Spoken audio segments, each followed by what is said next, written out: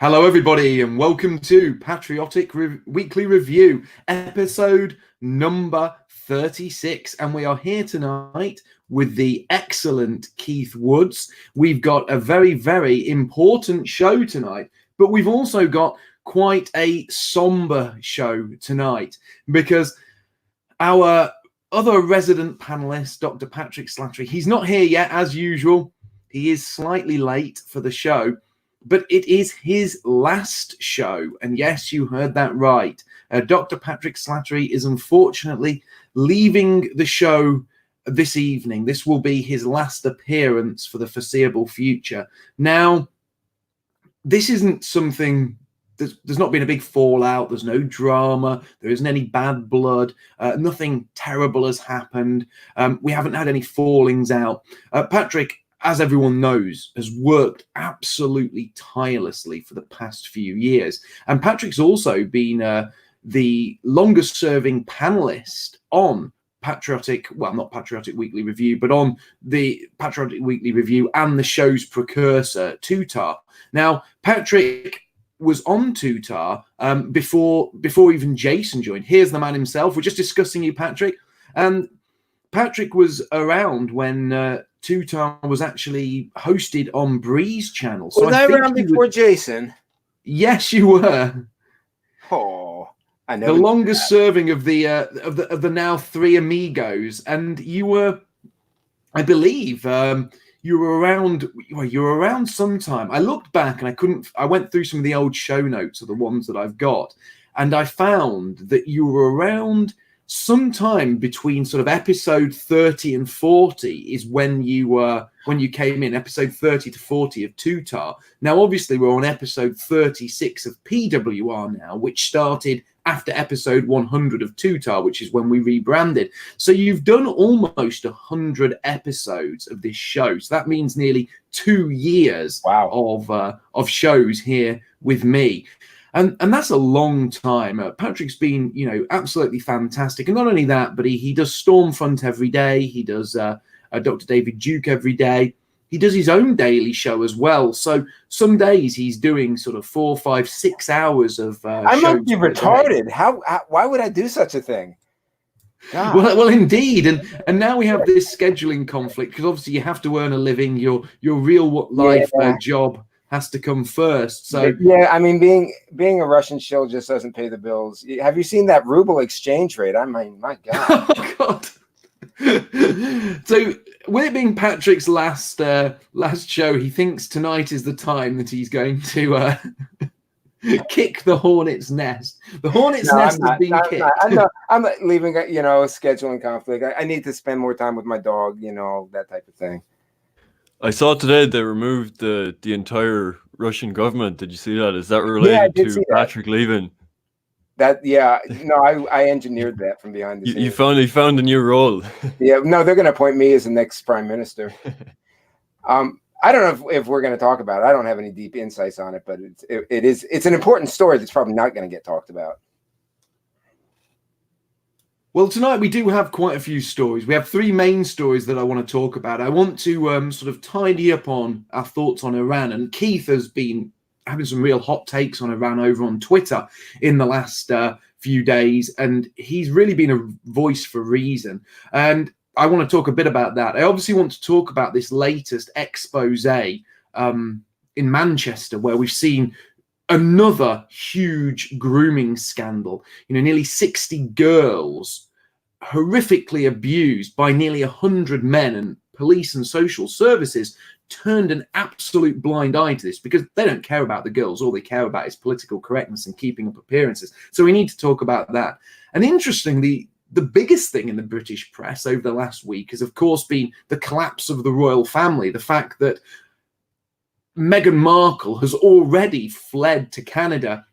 I don't know exactly how long they've been married for, but this has to be a record for any of the royals to have a royal spouse flee the country this soon after being married. And also, it's really, really bad form simply because they have had a child. And to take away a man's child and just flee the country and whisk the child away to the other side of the Atlantic is pretty callous and pretty awful. So we can discuss that as well if people want us to. Now, I do have people emailing me regularly, and some people actually asked me to make a video on the Meghan Markle and Harry issue. I'm not. My weekly video is going to be on something different. But before we get into these topics and before we introduce Keith, let's just quickly go around the group. Patrick, since it's your last night, let's introduce you first. What have you been up to this week? And do you have any final things you want to say as your sort of last regular intro? I mean, I hope you come back in the future if you're scheduling. Yeah, but take it away, mate. Well, okay. I mean, every week I come on, I joke around a lot.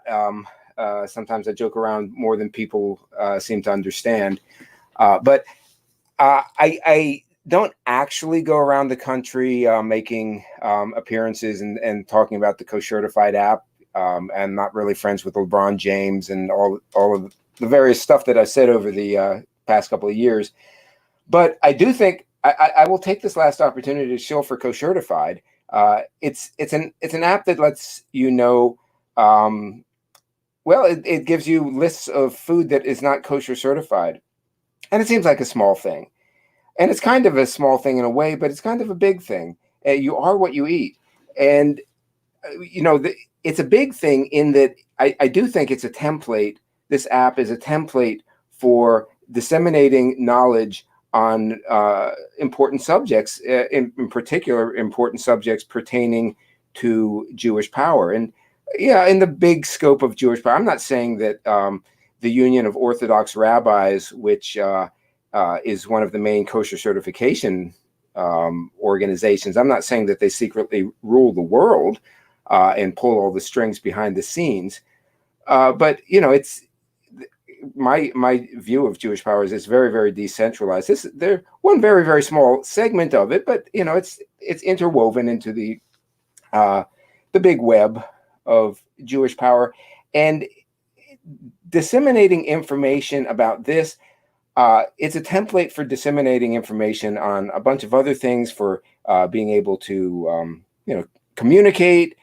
And it's only $2.99 if you download the app for Android. It's free if you use it online, and it's not only is it a template, but it's also a precious seedling which is sprouting. And the Co-Certified app itself, it's sprouting new leaves and new branches.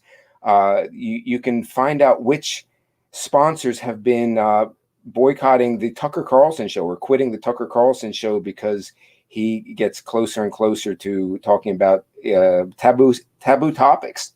And so I think it's something everybody should get involved with. Yeah. Otherwise, I do the same old. I've been doing the same old stuff. I will be doing less of the same old stuff because just as my scheduling is coming in conflict with this show, it's coming in conflict with Stormfront. So I'll be doing less of it. And even with Dr. Duke, who I think is the most unfairly maligned person in America in my lifetime. He's a really good, decent guy, as Mark can certainly attest to. I'll be trying to help him, but I won't be appearing on his show nearly as much. So it's just the way things go. But I want to thank Mark, and it's really been my privilege and honor to play any kind of role in helping Mark make great strides in his career as a internet personality, and really a nationalist leader. It's been my great privilege to play any kind of role in that, and I think he's got a great future. And the same for Jason. This is not the end. I want to continue in whatever way I can to support you guys. Well, thank you, Patrick. It's very kind of you to say that, and we'll obviously give you a special outro. But I just want to, remind the audience, Patrick's been here an awfully long time, almost 100 episodes. So let's make this a great final show for him. Jason, my friend, what have you been up to this week? Finding my mute button, and now it seems like I'm going to have to be the one who the duty falls to. Huh? It's contagious. It's Yes, contagious. It's the boomer that you're catching the boomer. That's what's happened.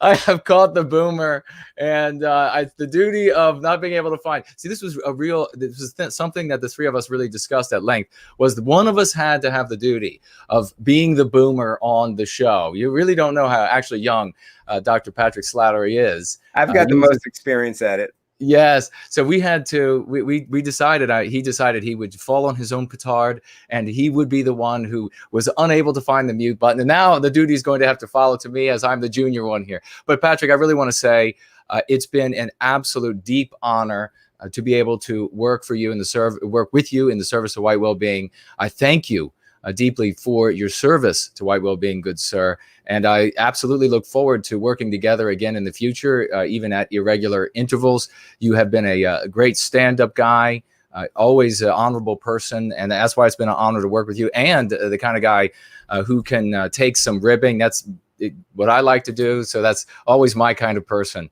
So really enjoyed to have worked with you all of these shows, brother, and look forward to maybe having you over on tap, and we can talk about your new journeys that you are taking in life and what you're working on. That would be spectacular. But this Friday, we're going to have on Friday night. Tap is a little bit later. It's going to be very late at night, and it is 10 p.m. Eastern Standard Time. We're going to be having Annika Skywalker. We're going to be tapping into her on tap and finding out what she's up to and how she came to service to white well-being, the white positive sphere. And hopefully in the near future after that, we will have on the great Dr. Patrick Slattery. Always wisdom. This is such a, last thing I'll say about Patrick is what a immense amount of wisdom we are really losing from the show here by having Patrick take a break for whoever knows how long, moving on to work on some other projects and things. It is going to be a great loss. We're definitely going to notice that you're not present, brother, and your witty comments, your wisdom, the time that you've had in years on this planet. Thank you. I really appreciate that. Yeah, you absolutely most fervently deserve it, my friend. So it's been a real pleasure, and we'll say another goodbye at the end, but I'll pass it back to Martrick now so we can get to our spectacular guest, Keith Woods. And we're talking about Iran and this grooming scandal, some really wretched things going on in the world. But Mark, I pass it back. Well, before we introduce Keith, I just want to say again, great thank you to Dr. Patrick Slattery. He's always brought a great intellectual gravitas to this show, and his takes on the Middle East and certain groups' geopolitical power have always been absolutely top notch. Now, before we introduce Keith, I just want to remind everyone that if you want to make a contribution to the show, you can do so using Entropy. The link is on Twitter, on Telegram. It's in the description of this show itself, and it's in the chat now. So if you want to contribute, please use Entropy. You can also ask questions using Entropy. It allows you to ask questions, and the best questions are voted up, and they will be asked to the panel in the second hour of the show. Finally, if you want to donate or contribute in other ways, please use Bitcoin, or you can write to me at mark@thefallofwesternman.com, and I can give you other details and ways to contribute there. So without further ado, and to all the people who usually complain if we go over sort of 6 minutes for intros, I know we have gone well over 6 minutes for the intros today, but it is a special show, and it is a sad show because obviously a very good friend of ours is leaving. But now we're going to introduce Keith. Now, Keith is, I think it's fair to say, Keith is an absolute rising star of this movement. And I've been so impressed by Keith because he got a big start on this show. We had him here one night. We actually had Gemma Doherty was meant to be on the show, and she cancelled at the last minute because we were too hot to handle. And Keith stepped in, and Keith, I think, gave a far better performance than anyone could have ever hoped for. It was a fantastic show. It was one of those shows that really, really sort of defined what we as a people are about. And I'm so impressed with Keith. I've asked him to come over to the UK later this year to speak in real life at one of our meetings, and he has accepted. So we'll be announcing that in due course. But I'm not going to say any more. I'm going to let Keith speak for himself. Please, Keith, introduce yourself. Tell us a bit about you, what you've been up to recently. Tell our viewers how they can find you, how they can contribute to your work. And if you want, you can take the lead starting on Iran if you'd like, because that's something you seem to have been very passionate about lately. And your takes on Twitter on that have been absolutely inspirational. Yeah, thanks, Mark. It's good to be back. Yeah, this was actually kind of a breakout show for me. I didn't have too many subscribers when I went on, so that meant a lot. And yeah, speaking of Gemma O'Doherty and people like her, I've been kind of the last couple of weeks arguing back and forth with these alt-light types on Twitter about Iran. And, I kind of, sometimes I think it was a big mistake to ever join Twitter. I was much happier just interacting with normies than these people that have like half-formed opinions, just these goblins and ghouls that seem to occupy the Twitter space with just the most toxic opinions.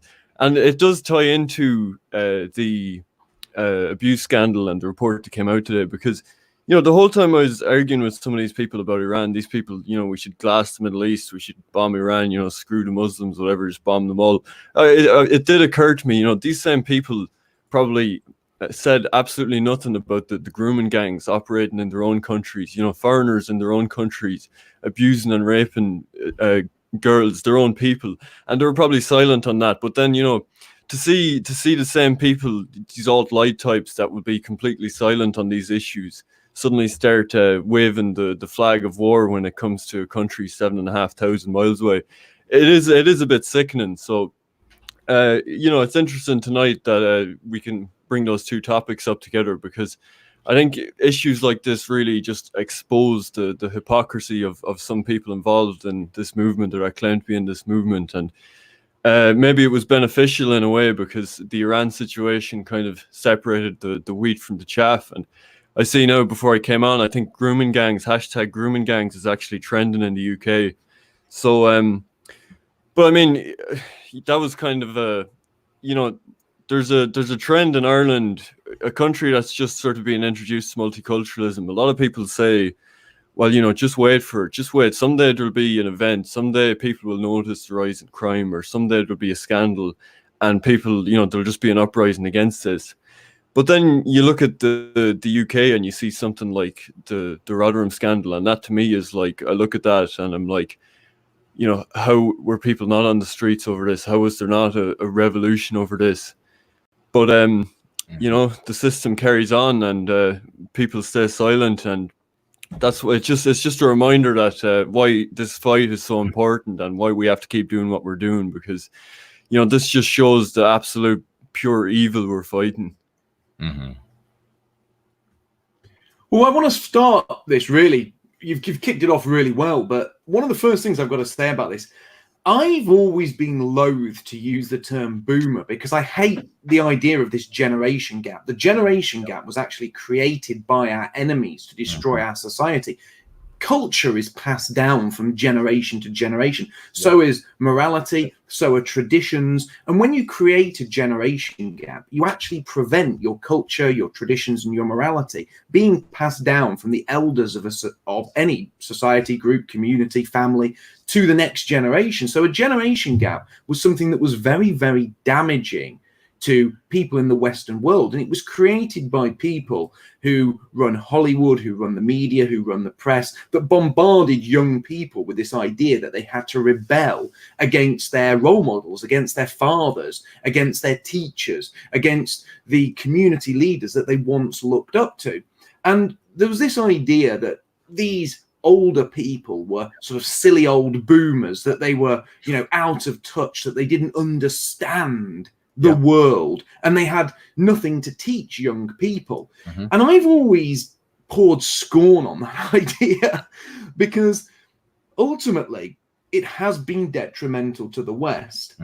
However, today I sent a tweet out about Donald Trump and about not only the war in Iran. I'll in fact, I'll just read it rather than explain it. I put Trump, the anti-war and anti-immigration candidate. 1 week he is launching attacks in the Middle East. The next he is working to increase immigration. This is not what people voted for. In fact, Trump is doing the very opposite of what the people who elected him wanted. And this is in response to Donald Trump's tweet about H-1B holders in the United States being fast-tracked to citizenship. Now, this is exactly the opposite of what people voted for when they voted for Donald Trump. In fact, Donald Trump pledged, and I've got a list of the pledges here that he actually made, and one of those pledges was to cancel H-1B and H-2B visas, and he's actually doubled them.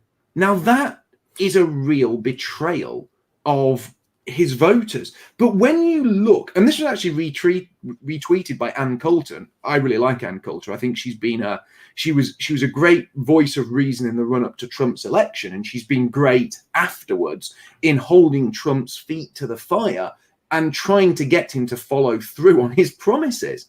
But there's an important issue here about all of this, and it's not about Ann Coulter or Donald Trump. It's about the people replying. And here you have some of the, I'm not going to read out their names, but here's one. Pretty sure he's anti-illegal immigration. Next reply. He's against illegal immigration.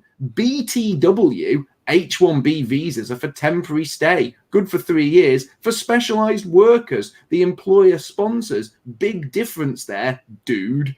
And you go down these responses, and they're absolutely terrible. Well, not all of them, but a lot of them. And you look at the sort of people sending them, and they are that caricature of the boomer archetype. They are people who fit that. Here's a brilliant one. He's not doing what the American people elected him to do. Are you serious right now? It's amazing that he's probably the first president to not only keep all of his promises, but also to do an abundance of additional excellent things that he didn't even promise. Trump MAGA. And we could go on.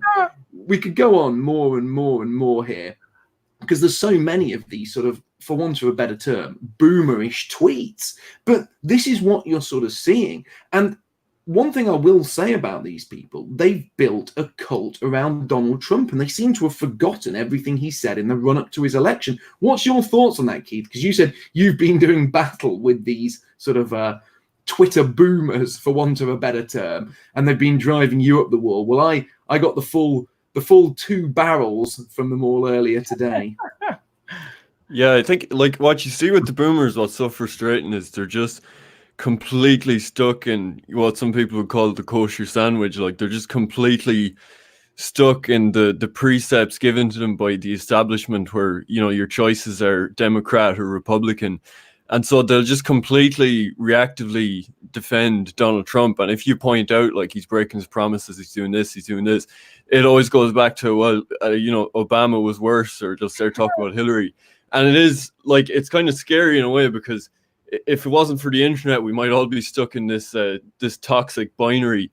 But, I mean, you have to cut them some slack in that, like, this is just a low information generation that just had opinions completely fed them. They've had nothing but guy feed their entire lives. But I mean, it's frustrating. Like, I mean, I was arguing with some of them about Iran, and it's they're against LGBT in their own country, but then we have to bomb Iran because Iran don't treat their pedophiles well. They love sharing this picture, like, oh, they're hanging the gays. The source that Gemma Doherty was sharing that around. The source that was the Jerusalem Post, and it was pedophiles that they were hanging, that kidnapped a teenage girl and raped her. That's who was being hanged in these pictures that are going around of people hanging off cranes. Now, it might be a good thing if the UK had a justice system like that this week, looking at the report that came out about what happened in Manchester. But yeah, I mean, you try and engage with them, like, I was trying to engage with some of these people, and it's, Soleimani was a terrorist, and you can point out that he fought ISIS, you can point out that he fought the Taliban in Afghanistan with the US, but there's just a mental block there, and it gets to the point where you're showing them surveys that shows that Soleimani was a national hero in his country, 82% popularity, and well, then it's like, well, studies aren't real, because liberals run the universities. And it gets to the point, the only answer is, like, kind of, okay, boomer, like, you just have to wait for these people to die at a certain stage. Like, another thing that was being shared around, I don't know if you saw this, they were sharing around in a university in Iran, the Iranian government wanted people to walk on a US and Israeli flag, and it was like, oh, the college students refused to do it. And a lot of conservative pro-Trump boomers were sharing this around. Well, it's like, what does this prove? Like, the universities here are occupied by like liberal cultural Marxists that are like kicking people off campus for wearing a MAGA hat. But now these shit lib college students in Iran are meant to be representative of the population. So, just all these just false narratives. And, at a certain point, you kind of just give up engaging with these people. So, yeah, I feel your frustration. Well, one of the most frustrating, before I pass it over to Patrick and Jason, I just want to say this. There was someone from TP USA, Turning Point USA, and they are kind of like Goy Inc., aren't they? They are the worst of the worst. And one of them kept sharing these little GIFs of so-called protesters in Iran. One was sort of 3 people pulling down a poster, and the other one was 3 other people sort of kicking the poster or kicking a poster of Soleimani. And you looked at this and you were thinking to yourself, is this TP USA cretin really saying that 3 people pulling down a poster or 3 people doing a bit of graffiti over, an official notice board with a picture of General Soleimani on it, is that really comparable to the millions, the actual millions that turned out for his funeral? And then their answer is always, but those millions were forced to be there at gunpoint. And it's just so pathetic, because we've actually, and this is the truth, Donald Trump would hate to accept this, but when Donald Trump assassinated General Soleimani, the Iranian people grieved. If Iran assassinated Donald Trump, somewhere around 50% and probably the majority of Congress would be celebrating.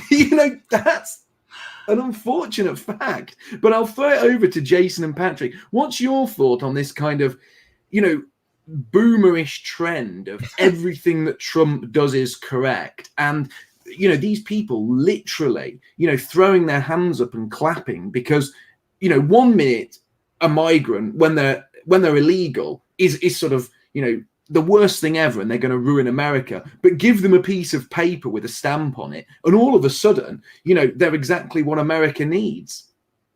Patrick, please, you go first. Well, I have to push back at what I see as a big trend of anti-boomerism.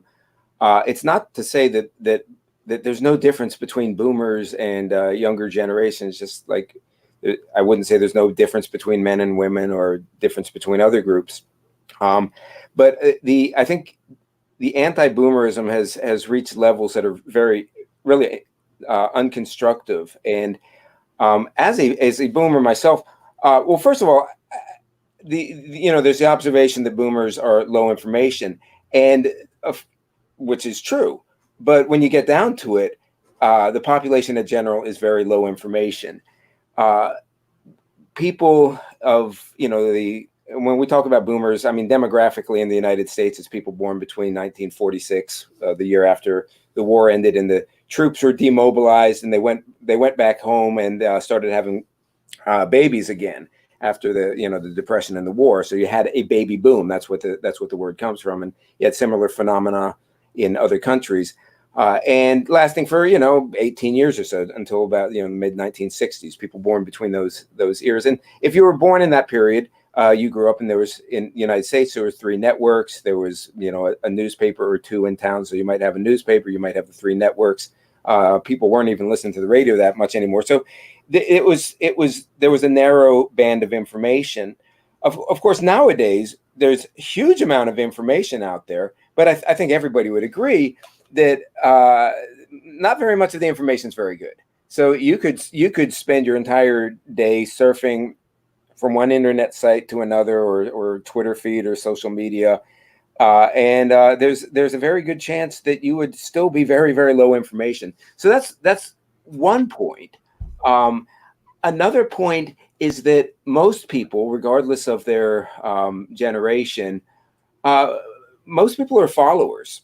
And most people aren't going to be thinking for themselves, because either they don't have the capacity to think for themselves really, or they're too engaged in their own profession, their own livelihoods, their own raising of a family to have enough time left over, time and energy to acquaint themselves with the issues and decide things for themselves. So, and I don't know if you could really have a society where 80% of the people were really thinking for themselves. I don't know. It's never happened before. So who knows?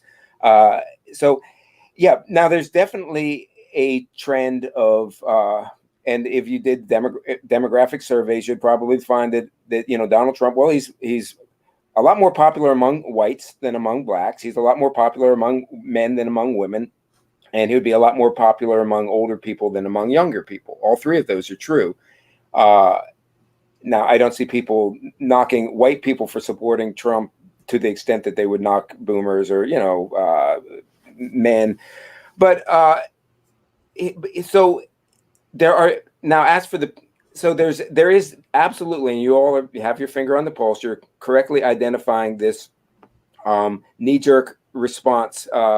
People who voted for Trump, a lot of the people who voted for Trump want to believe that somehow, whether he's playing 3D chess or whether, that piece of paper that magically makes somebody an American or a Briton is that's all you need. You just need to come in legally, or a lot of these other things. And that's unfortunate. Of course, these are people that we want to get on our side, I would think. And so there's, one way, there are different ways of dealing with them. And one is in such a way where you say, can't you see, or are you too stupid to see that he's broken all the promises and that he's, working for Zog or whatever. And that is some people might be persuaded by that, but a lot more people are just going to be offended and close their ears. Other way to go about it would be to say, yeah, we elected him to do such and such. And I think he wanted to do that, but he's been co-opted, or he doesn't know how to get what he's doing, or they won't let him be president or whatever. And even maybe you believe it and maybe you don't, but I think it's an easier way of getting people to understand what's really going on. One last thing I'll say, because I don't want to talk forever. The people who really irritate me aren't the boomers who have this knee-jerk support for Trump, who, whatever he's doing is right, even when it's exactly the opposite of what he said he was going to do when he was president. The people who really annoy me are the people who were against him all along, who people largely on the left. I'm not talking about so much people on the right who said, oh, he's going to be another shill. That's whatever. But I'm talking about people who voted against him because even though he said because he's going to start a war, he's going to do whatever, not listening to him saying that actually, no, he wants to withdraw troops. And then they, instead of viewing it as an opportunity, okay, we might not like his immigration policy, or we might not like him dog whistling or whatever, but gosh, he actually says he wants to withdraw troops from overseas. Let's see if he'll actually do it. Let's work with him on that, even if we oppose him on other things. But no, they had to oppose him at every move. There's that whole Trump derangement syndrome.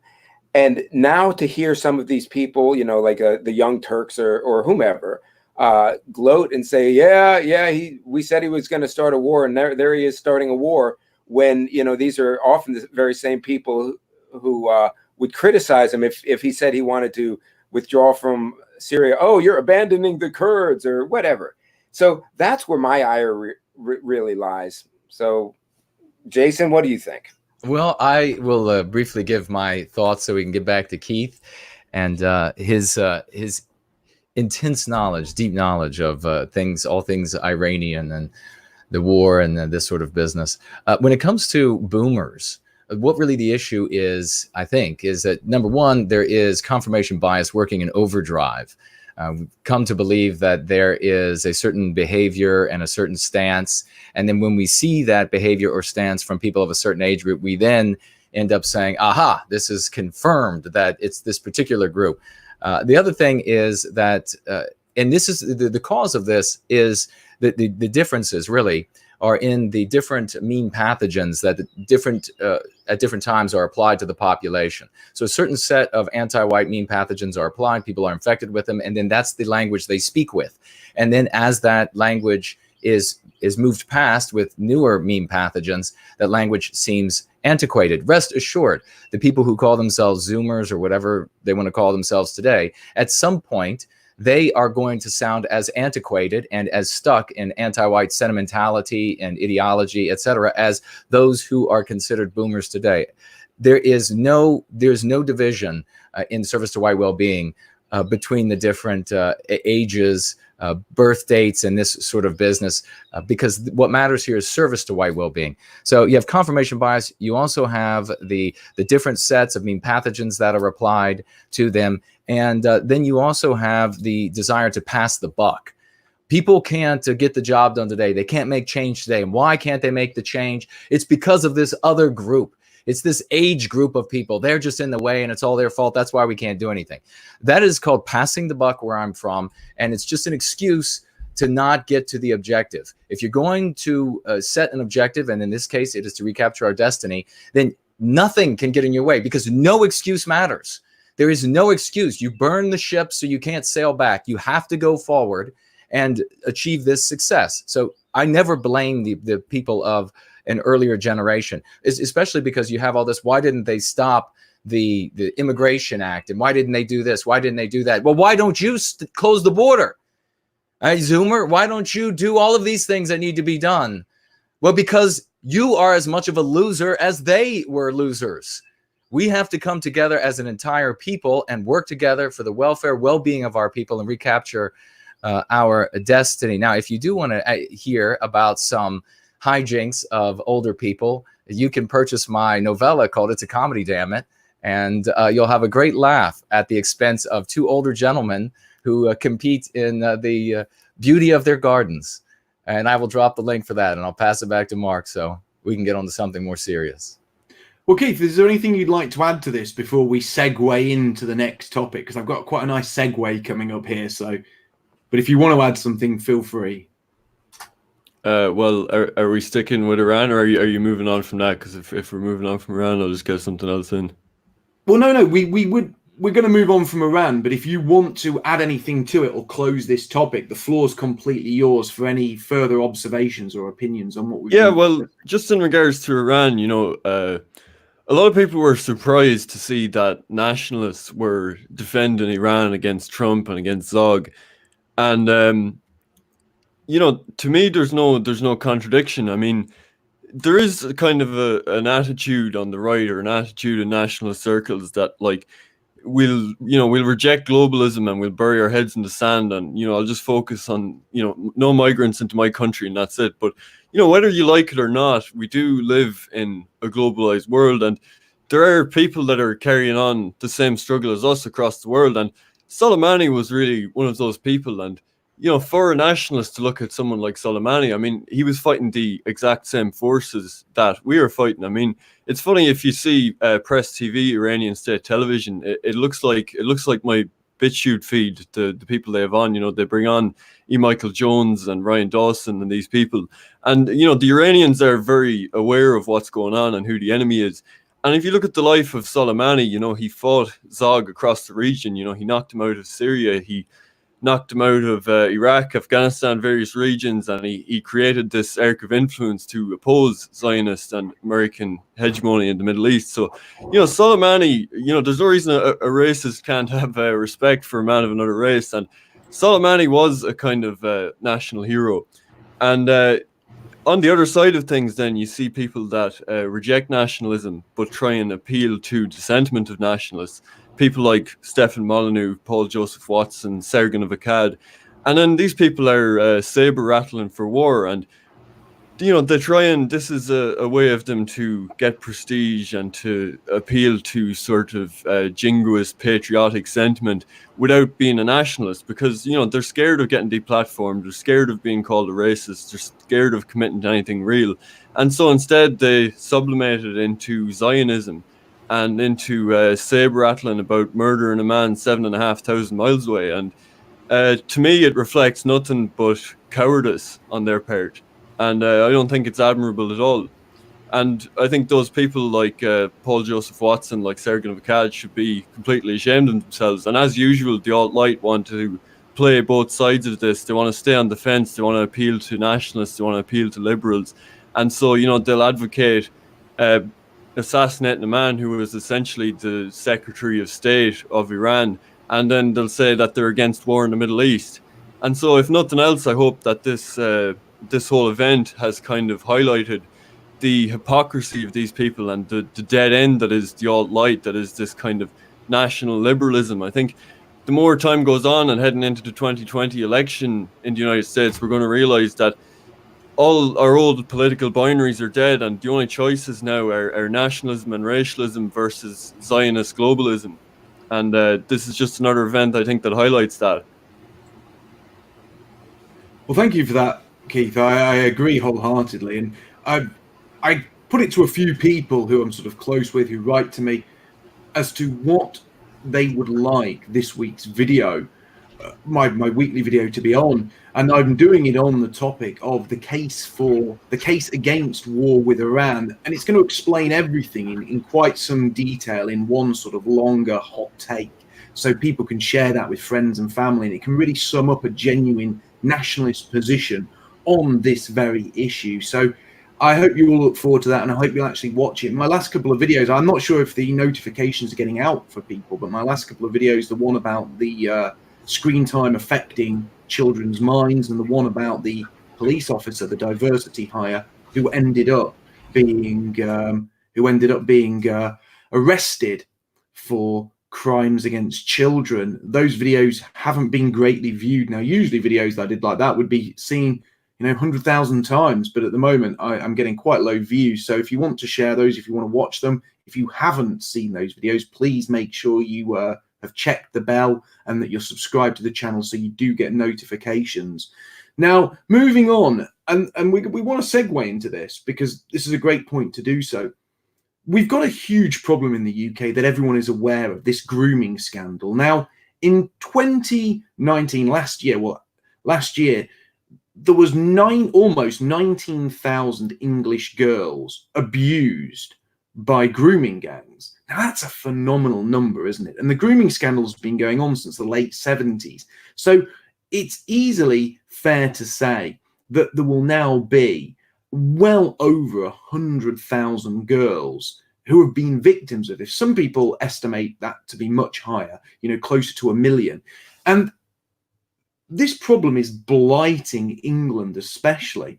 Now, this is a bit of a challenge to these sort of MAGA hat-wearing buffoons that have besieged my Twitter. These people are saying, well, as long as people get the papers, as long as these immigrants have got an American or British passport, they are American or British. As long as these people are here legally, they're not a problem. They're just the same as us. That's what Trump wants. Well, newsflash, MAGA hat-wearing, Trump-supporting zealots, all of these people in the UK who are part of these grooming gangs have a British passport.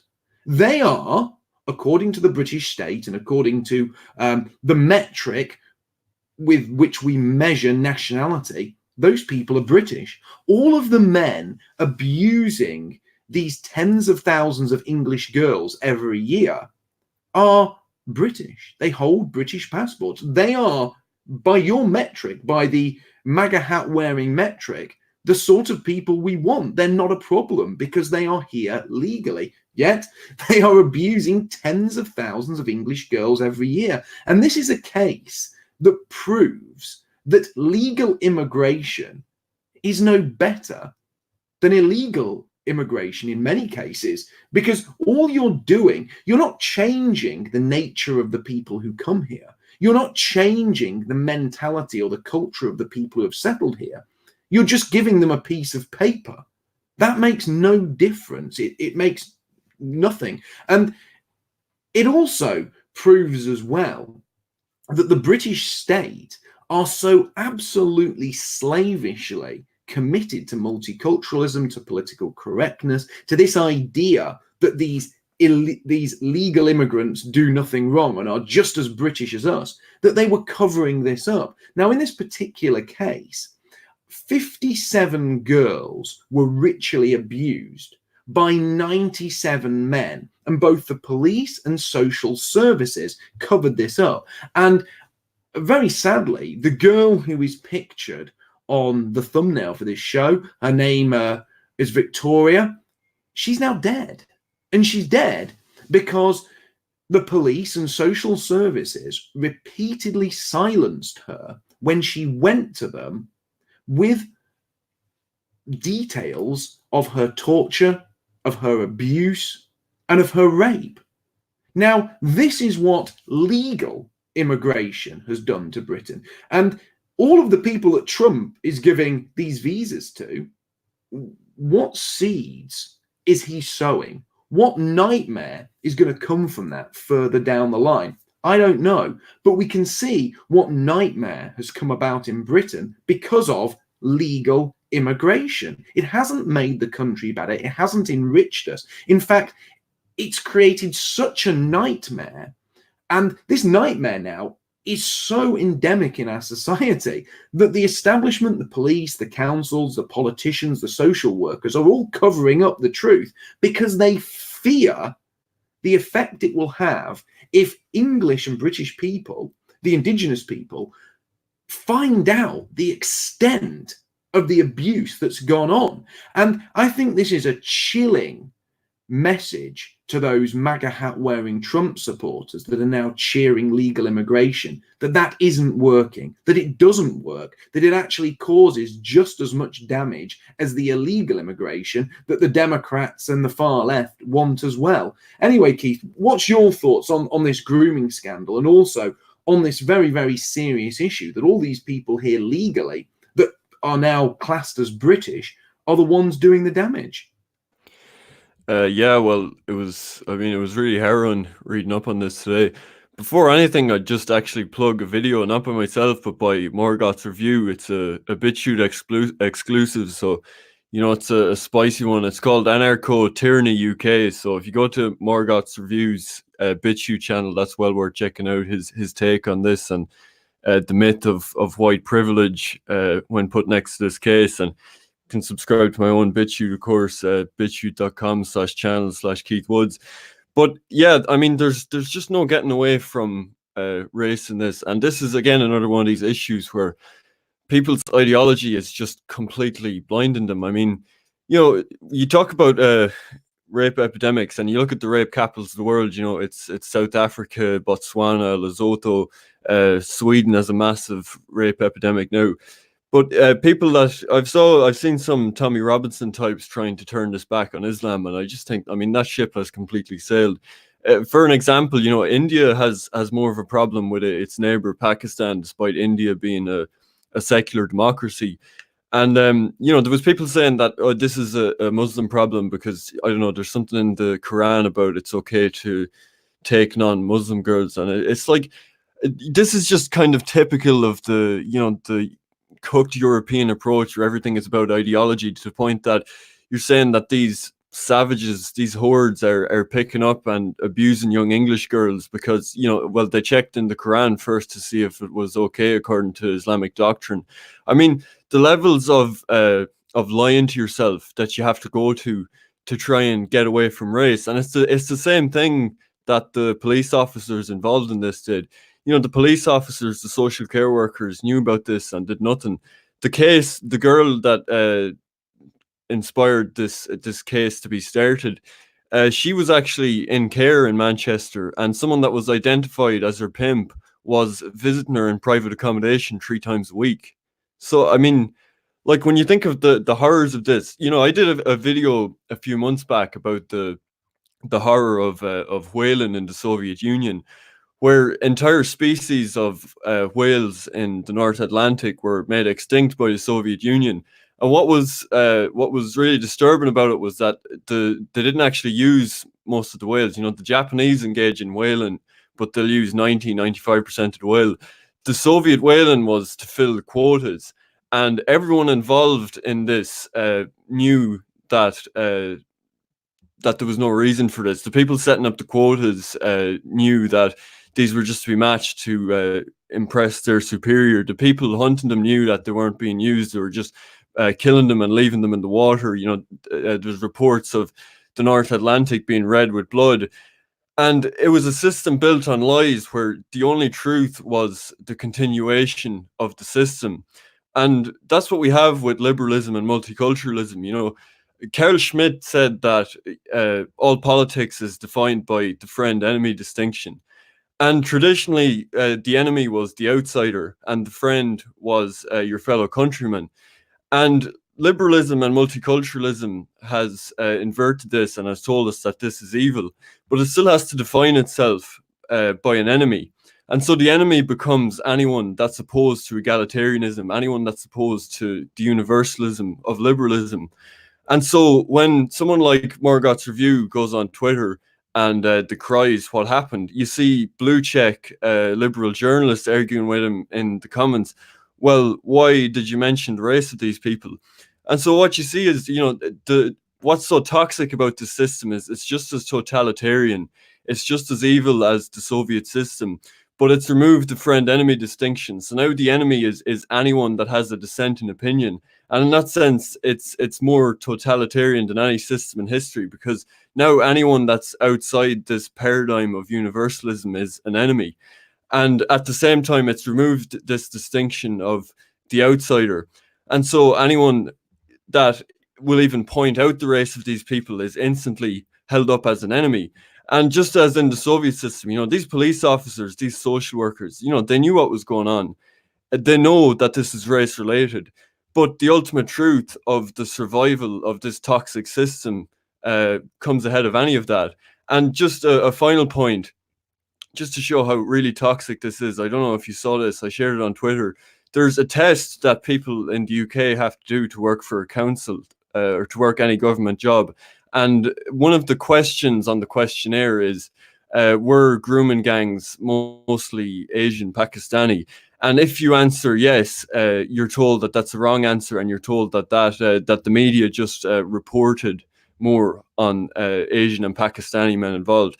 Now, this is like a clear empirical lie, but it just again highlights this fact that if there is a truth, no matter how disgusting, if it comes down to 19,000 girls being raped, this system, the totalitarian nature of this system is so strong that it will force a mass of people to turn a blind eye to that and to allow their children, their daughters, their sisters to be raped by outsiders. And so when any liberal, when anyone that defends this tries to take the moral high ground with us, I mean, just look at the effects of this. If we have to answer, if nationalists have to answer for the concentration camps, that's what we're always told. If we have to answer for racial conflicts, every liberal, every defender of multiculturalism should have to answer for this. I completely agree, and I think that's a very important point. We should flip this and use this against them. They've fashioned a system where hundreds of thousands of underage English girls, the indigenous stock of this country, have been brutally abused by those of migrant stock. And the police, the establishment, the social workers, the system have absolutely not just allowed this, but facilitated it to happen. And all of those people in positions of power or people who are cheerleaders for this system have complicity in these crimes. They are complicit in these horrific goings on. But one thing I do slightly disagree with you about before I take it over to Patrick, I obviously agree there is a huge issue here, not just with race, but also with culture.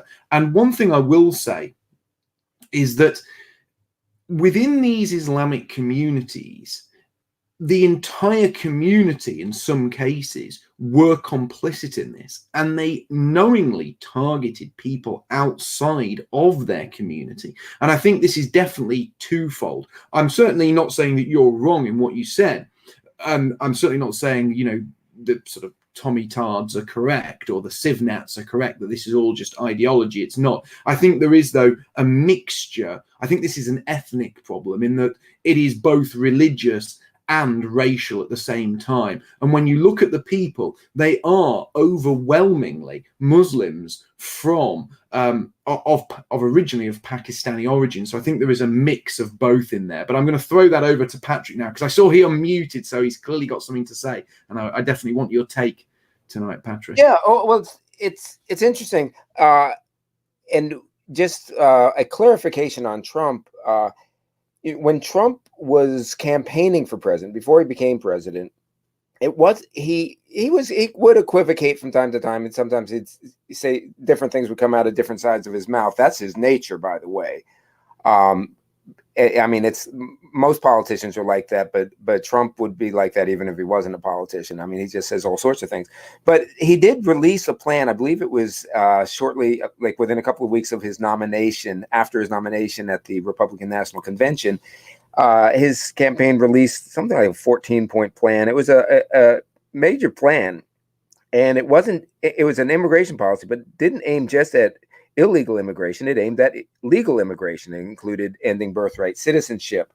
Famously during the campaign, early during the campaign, he came out and said, "I, Donald J. Trump, call for a complete and total shutdown of Muslim immigration into the United States until the representatives of the United States can figure out what the hell is going on." Right? Oh, those were good days. We remember those days. They were fun days. And even after it, I mean, one of the first things he did after the inauguration was actually try to implement that so-called Muslim ban, and it blew up in his face. And it was about a year ago where he seemingly just completely threw in the towel during his State of the Union, where he said, because of all of these fake, invisible factories that the Chinese are building here, we need more immigrants than ever, which is really stupid. But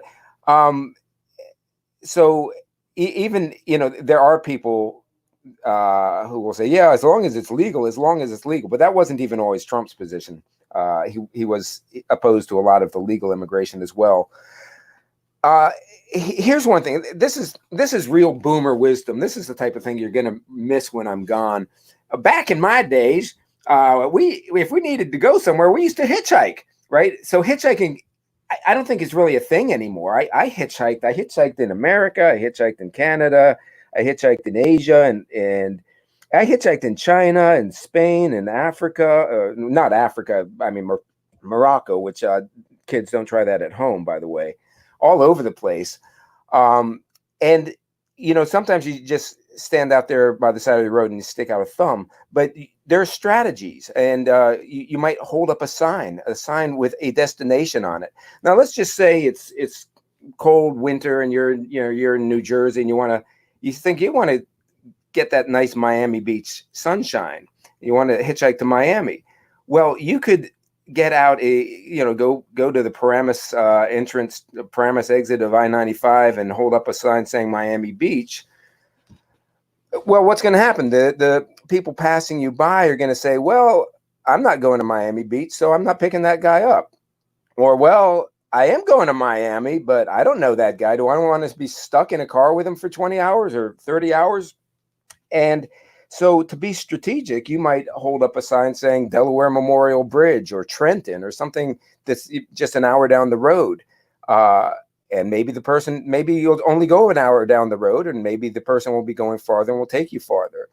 And, the other thing is maybe, you want that warmth, but when you get down to it, you get tired of being in the car so long, and Jacksonville is warm, or Savannah, or maybe even Myrtle Beach, South Carolina. It's only halfway, but it might be warm. And what I'm alluding to is, we have obviously a problem with illegal immigration, but we got the problem with these legal immigrants. We've got the problem with the legal immigrants who keep coming. And by the way, I have a friend who's got an advanced degree in computer science from an elite university, and he's looking for a job, and he's having a lot of trouble because he needs a job that's going to help him pay off his considerable student loan. And the people who are getting hired from India didn't have to take out $50,000 loans or whatever for their degree, and they can work for less. So it's the future legal immigration, the current legal immigration is bad. But then you have all these people, like Mark points out, who came here legally maybe a generation ago, and they're having lots of kids, and maybe it's their children who were born in Britain 30 years ago, who often are more of a problem than even their parents were. And now, one of the things I really liked about Mark was, rather than talking about race war now or things like that, he talked about very sensible policies, providing incentives for people. Well, first of all, not making it fun and easy, not subsidizing people who are here to live off the welfare system while grooming our kids and while changing the society and whatnot. So change the incentive structure, but then also, incentivize them to leave. You can buy them their passport back, give them a grant, $15,000 or $10,000 pounds or whatever, some grant to go. These are all very sensible things. If you're saying race war now, you might be just standing out by the side of the road holding that Miami Beach sign for days, right? And that's and the thing is, so a lot of people know that there's a problem, but they don't know necessarily how far they want to go. And you do, like in the United States, you have a lot of people who, maybe they came across the border legally or illegal or legally. They're not really fitting in. Some of them are going to be here forever. So there's a certain amount of water under the bridge you have to accept. How much? And, do we have to decide exactly how much now? And then advertise that for everybody? Or do we just say, okay, we're going to get moving in the right direction and we'll see? And of course, for somebody my age, I say, well, we'll get in the right direction. And at the end of the day, it's going to be the younger people who decide where we get off. Where is far enough? Is Myrtle Beach far enough, or Jacksonville or Miami, or maybe even Key West? We do have to be careful about not just what we want, but what we say we want. And also remember that maybe we don't know exactly what we want, but we do know the direction we want to go into. Was that useful boomer wisdom? Are you going to miss that? Yes, we are. Yes, we are. That is exactly the kind of wisdom that we will miss. Your rambling, anecdotal wisdom said from on the front of your porch as you rock back and forward in your hanging swing chair. And now I'll pass it over to Jason.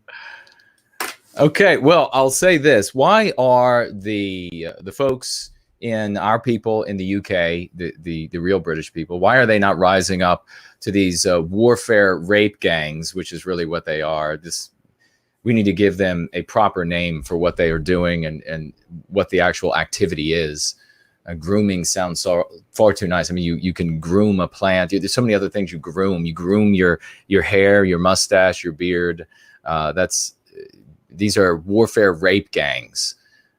But the reason why folks are not rising up like they should is many, but some of the primary ones that should be considered first is, number one, perception. How many people know exactly what's going on and to what extent? Two, how many people know what's going on and to what extent, but how many people do they believe that also perceive this? Because if they perceive that they are alone or nearly alone in their perception of this, or that there are too few out there who agree, then they're not going to be rising up. Three, the punishment for heresy in these anti-white hellholes that the anti-whites have made of our countries. Everyone knows, if you're even a police officer and you're well aware of what's happening with these warfare rape gangs, and you want to do something about it, well, you are going to lose your job. You won't be able to be hired again for law enforcement anywhere in your country. You probably won't be able to be even hired to be a security guard, even an unarmed security guard at Sears, I think, which is now going out of business. So you won't even be able to get a job there at a business that's not even in business anymore. So the individuals have this isolated punishment that they can't escape. They don't know who else agrees with them. They don't know how many people know. They don't know even a father of a victim going to oppose this. People hear the stories of what happens to those people. They end up being charged. They end up serving time or having to pay maximum fees. So it's really not a question of, do you take this energy or do you take this rage that is engendered by the warfare rape gangs and then take it to these neighborhoods and try to fix things? You'd have to take this rage to the local police department, and then the other local police department, and then the other local police department. These people also know, by the way, they're very well acquainted, just like we were talking about with this young man, was Wilson or whatever his name was, who in Queensland killed himself. He was for opposing this drag queen story hour, homosexual, considered himself a conservative guy, and went to oppose this and was videotaped. He knew the social lynching that was going to take place. He knew that he was going to be hauled before anti-white tribunals at his university, at his places of work by these anti-whites, who, by the way, are the real folks who are in charge. It's not us. Stop living by their anti-white narrative, that this world is controlled by us and using their language, that we are somehow, why is it these people aren't rising up? Why? Because they're powerless. Why? Because they will be shot by the police. Why? Because they will be socially lynched. They will be called anti-white slurs. They will be dragged out from their jobs. They will be forced to lower their heads and absolutely deplete themselves of all dignity before these anti-white tribunals with some, I won't even say the kind of anti-whites, the facial features and the like, who are going to leer down from them at these platforms and tell them how wretched and awful they are. And there you go. You're not only not going to be working at this job anymore, but you won't be able to work at the job that you've trained for, that you need to pay off your student loans for, that we were just talking about, that you can't feed your family or get health insurance any other way. So they have to take it to the totality of these people. Now, these folks coming in, we need to talk about what's real, not just their ideology, not just their religion, not just their ways, but their biospirit. Where does all this crap come from? It comes from who and what they are. We see it, whether they call it this particular religion or some other name they put on it, or their version of atheism or whatever it is. We see what they are because it emanates from what they are.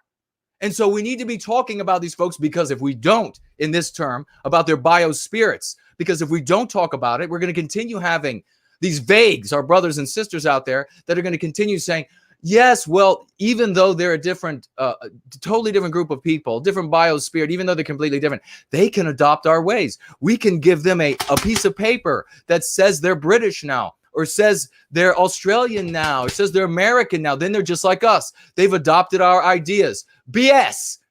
When they come in, the first thing that happens is they don't have numerical courage when there aren't enough of them. They're numerically diffident, and they be quiet, and they imitate what we like. They imitate our ways as best they can. They shuffle around with their heads down until they achieve numerical courage. Once they have numerical courage, they begin projecting their biospirit onto our environments. And one of the ways that this group of people projects that biospirit is by these warfare rape gangs.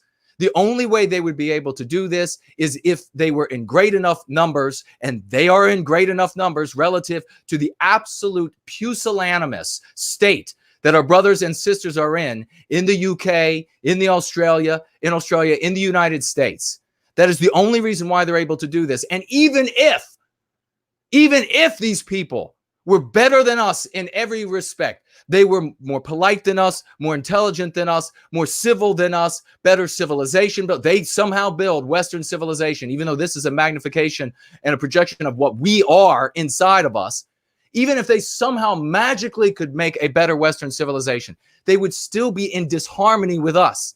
So they would create an environment that is uncomfortable to us. And when eventually you get enough people together who have numerical courage with different biospirits, it always leads to cultural warfare, this Cold War of culture, which always leads throughout all of human history to balkanization and bloodshed. This is how we have to craft it, the conversation to our brothers and sisters, so we don't end up complaining. that, oh, this boomer, and rest assured, whatever they're called in the future, they'll be saying, oh, this zoomer just thinks that they can just learn the ideas and then they're all the same. Rest assured, if you think that won't be the case, I promise it will. If we don't talk to them about what's real in our hearts, in our biospirits, that we have different instincts. If they don't understand biospirit, you can call it instinct, because at root, that's what it is. Every animal has a different instinct, just like dogs of different breeds have different instincts, rhinos of different types, hyenas of different types, painted dogs of different types. They all have different instincts. When they are separated into different breeds, different races, those are the same word in biology, and they therefore manifest something very different. We could have an 80 IQ and we would still make Western civilization. It just wouldn't be as advanced. Maybe wouldn't have an electric razor. Who the hell knows or cares? But the bottom line is that they come in and they create something very different than what we create, something that is very dangerous for our weakest members, our seniors, our handicapped, our women, our children. And we all need to stand up. Our seniors, our handicapped, our women, our children, and our able-bodied men of the West, to put an end to this. And that is alien biospirits in our presence that lead to our harm and undoing, even if they don't commit a crime. I pass it back. Thank you, Jason. Now, Keith, would you like to have the last word on this? Is there anything you'd like to add about this? No, I mean, I'd second that. I don't think I can top Jason's sentiment there. Right, well, let's do some super chats then. I can't believe we're already an hour and 10 minutes into the show. So let's do some super chats. Elaine Sabatino gave $5 Thank you very much. And said, thanks for all you do for our people. Mark, Jason, Patrick, and Keith. Long live Patriotic Alternative. These live streams are a real lifesaver. Best of luck, Dr. Patrick Slattery. We will not be replaced. Junta Mominari, I think that's how you pronounce it, sorry if it's not, gave $3 and said there needs to be male guardianships to protect these girls, just like they have in some Muslim countries. Now, I don't want to labor this point, but I think it's very interesting, isn't it, that what Keith said earlier, you've got these sort of images coming out of Iran of pedophiles and sex offenders being publicly hanged, yet here in the UK, you don't have the government and the state are protecting paedophiles and sex offenders. Yet so-called nationalists, people like Anne-Marie Waters, are saying, oh, we need to destroy the Iranian regime. We need to destroy the regimes that hang their paedophiles and sex offenders. Well, maybe not. Maybe we should take a leaf out of their book. Maybe if we took a leaf out of their book on dealing with these pedophiles and sex offenders, we wouldn't have so many of them. You know, I think that's a very important thing to remember. Serena JB gave £5 and said, there are some people in the dissident right who think we should adopt Islam as a religion for our people. I don't think this is a good idea. What does the PWR team and Keith think? Well, we'll start with you, Keith. Do you think we should adopt Islam as a religion of the dissident right? Well, I have gotten accused this week of being a Muslim shill. I'm not sure who that works, who's meant to be paying me on behalf of Islam. But no, I don't think so. I don't think that's an answer, nor do I think it'll ever happen. There's actually an interesting piece, if anyone is interested in this topic. Jonathan Bowden, it's on Countercurrents. Jonathan Bowden talked about this, and he talked about how Islam as kind of the ultimate objective creed is very antithetical to the European spirit. And it does come back to this thing, you know, does the religion make the people, or do the people make the religion? And, you know, this eternal argument about, is Christianity European? And really, it wasn't in its original form, but what you see over the course of the history of Europe is that we kind of imposed our own vision on the form of Christianity, and that's not something that Islam has. Islam is very much a doctrine for the people of the Middle East. But so no, I don't think we should ever adopt it.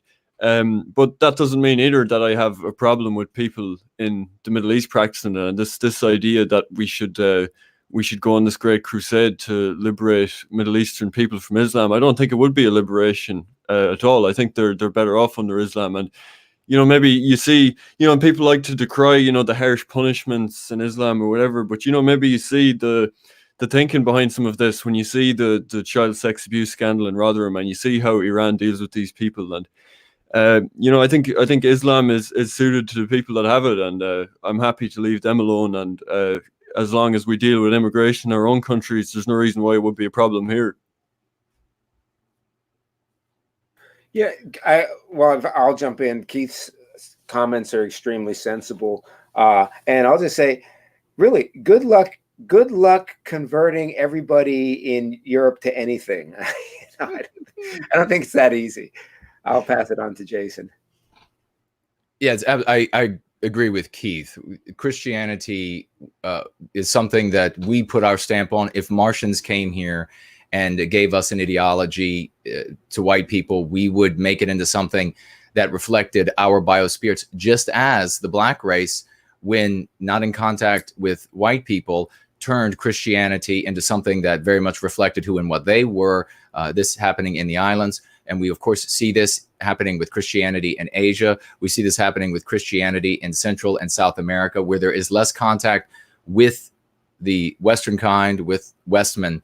They begin transforming Christianity, whatever ideology it is, into their own biospirit. So this Islam, I'm not even sure that it's like a serious question. We should just continue serving white well-being and moving toward the recapture of our destiny, and not bother ourselves with, should we all adopt it? In fact, we need to be able to accept that we all are going to have different ideas on religion, no religion, ideologies, economy, politics, etc., until we recapture our destiny. Pass it back to Mark. Well, thank you. I like all the takes there, but I want to say a few words on this, because I get somebody who constantly pesters me about this, about nonsense, about the only way to save the UK, the only way to save the West is for the West to adopt Islam and take a harsher stance on life. This is simply not true. I've got to echo what everyone else says here. Islam is not a Western religion. It's not a Western creed. And to adopt something that has caused so much damage to us, our community, to our brothers and sisters, to even discuss, to even entertain adopting a religion that has led to so much suffering, the sort of suffering we're talking about tonight. Last year alone, almost 19,000 English girls groomed and abused by Muslim men, and people are actually discussing whether we should take on Islam as some form of, moral way forward. Absolute rubbish, absolute nonsense. And let's have a look at Islam. Let's have a look at the way that Islam expresses itself, the way it attacks art, the way it attacks culture, the way it treats animals, the way it forces women to cover their faces. All of these things are in direct opposition to Europe, to the European people, to our culture, to our way of life, to the things that have defined us. Look at the art of ancient Greece, ancient Rome. Could that be considered in line with Islam? No. Look at the way we love animals, the way we care for animals. Is that in line with halal slaughter and the cruel and brutal treatment of livestock under Islamic law? No, it isn't. We deify women. Look at some of the oldest forms of Western literature. Look at the Iliad, the face that launched 1,000 ships, Helen of Troy. Her face was a face of unbridled beauty. It wasn't hidden behind a face veil. Mm-hmm. The fact is, European culture is completely different to Islam. Now, I don't hate Islam, and I certainly don't hate Muslims. They have their place in the world. But Islam is not for the Western world, just like Western values and our culture is not for the Middle East. The two should not be forced to mix. And to suggest that we take on this alien creed as some kind of way to find salvation is absolutely heretical, and the people pushing it really are just full of nonsense. One of them keeps wanting to debate me. Well, there's no point, because I've laid down the truth there. The truth is, we need to find our own morals, we need to find our own traditionalism, and we need to embrace our own culture. And we have all of those three things by the bucket load. We just need to seize it and clothe ourselves in what once made us great and will make us great again. So the next question from Brynolf Malden, he gave $20. Thank you very much. And he said, why have none of the public servants responsible for facilitating Muslim rape gangs been prosecuted yet? Well, I'm going to answer this first very briefly because they look after each other. They're all part of the system. The system is corrupt. It is evil. It is viciously anti-white, and they protect each other, just like they protect Tony Blair for his war crimes, just like they protected Jimmy Savile for his horrific acts of paedophilia, and just like they protect the civil servants who cover up these Muslim atrocities. The floor is open for anyone who wants to add anything to that. And no one, so we'll move on. Stephen Ben Bob gave $4 and said, a question for Keith. Keith, have Irish nationalists any party to vote for in the next month's election? And if so, what do you predict? P.S. All the best, Patrick. Really enjoyed your inputs. Yeah, well, this will be the first election of any kind, actually, that the National Party has contested an election. And no, not everyone is completely on board with the National Party. I happen to really support them. I really like their ideas. There's none of the normal warning signs you'd see. They're not into Zionism. They're not into this like neoliberal economics. They're putting forward a genuine, realistic alternative. They're not running a candidate in every constituency, but they've been very realistic. They've built up slowly.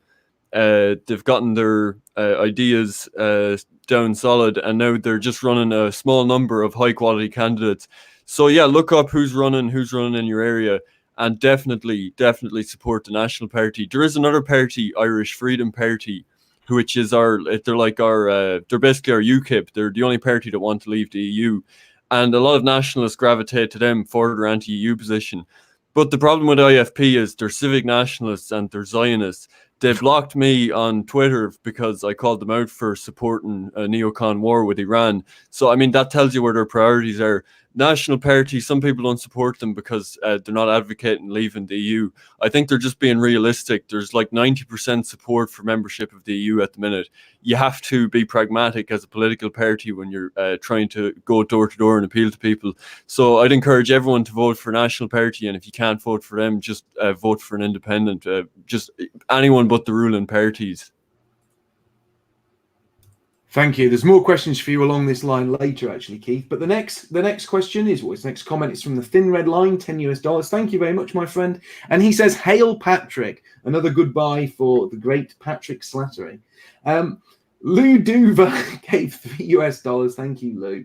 And he says, "No question." I am going to read this because obviously it's a super chat. This is the kind of thing that gets clipped out in a ruinous way. "No question, but please tell young Keith that his Uncle Lou is happy to see him on the stream and sends him many hugs and kisses. Much love to everyone in the chat. Hashtag Tulsi 2020. Thank you, Lou. Thank you, Uncle Lou. Thank you, Uncle Lou. Circus Midgets gave £3 and said, "Become a local councillor, get your foot in the door." Thank you very much. And Quebec. I'm not sure how to pronounce this, which is really bad. Quebecois gave Quebecois gave $2,020. Thank you for the very, very generous donation. That is overwhelming. Thank you from the bottom of my heart. That is truly overwhelming. And he said, "I would like to hear Keith's opinion on the role of extremists in a dissident movement." That's an interesting question. I mean, I guess it depends what he means by extremists. I mean, I don't think there should be any place for violence or movements advocating violence in the movement. There's maybe a question there in terms of, like, say within the Irish nationalist movement. So there's a lot of pushback in Ireland if you talk about white people, or you talk about white genocide, or you sort of identify the Irish nationalist struggle with kind of a broader European struggle, because Irish nationalism is still something that you can bring to the doors, you can bring to the electorate, whereas white nationalism is still something very taboo. But I don't think we should have complete homogeneity of thought where, because of that, we all adopt the same optics. You know, you see this in the US as well, where the American nationalists will push back against what they call the Wignats. But in my opinion, you can have both. You know, you can have a political party that's going out with the ethno-nationalist stance, but you can have people as well that are willing to tie this to its broader context and are willing to talk about, say, more taboo topics. And I don't see why one side needs to counter signal the other side. You know, Pat Buchanan was always labeled a Nazi. He never counter signaled that. He never went on the attack against other right wingers. You don't see Bernie Sanders constantly wasting time counter signaling Antifa or the more extreme elements of his support. So I don't see any problem with the movement being kind of broad and having many dissident opinions within it, as well as something more mainstream that can be brought to the public.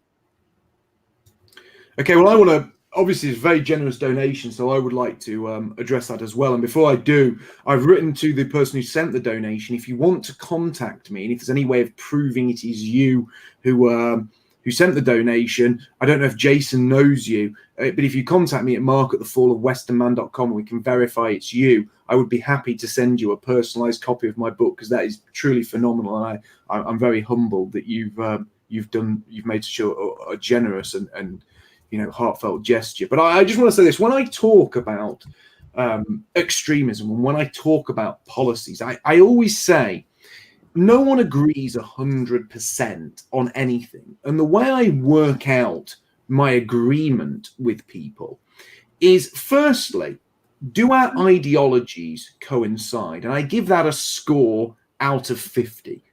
Does my ideology coincide with someone else's? And I rank that on a scale of 1 to 50. So I'd obviously agree with myself 100%, and I would agree with some Jessica Yaniv or some raving liberal, maybe 1%. So they would get 0.5 out of 50. But then there is also another scale that works towards the percentage, and that scale is, do I agree with that person's modus operandi? Do I agree with how that person wants to bring about their ideology or their vision? And that also has to be graded on a scale of sort of 0 to 50, which gives you your overall percentage.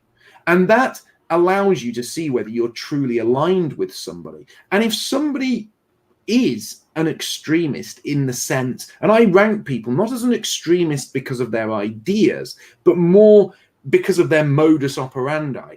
So, for example, there might be an elderly woman who wants to ensure that all school children are taught how to knit. Well, I can get behind that.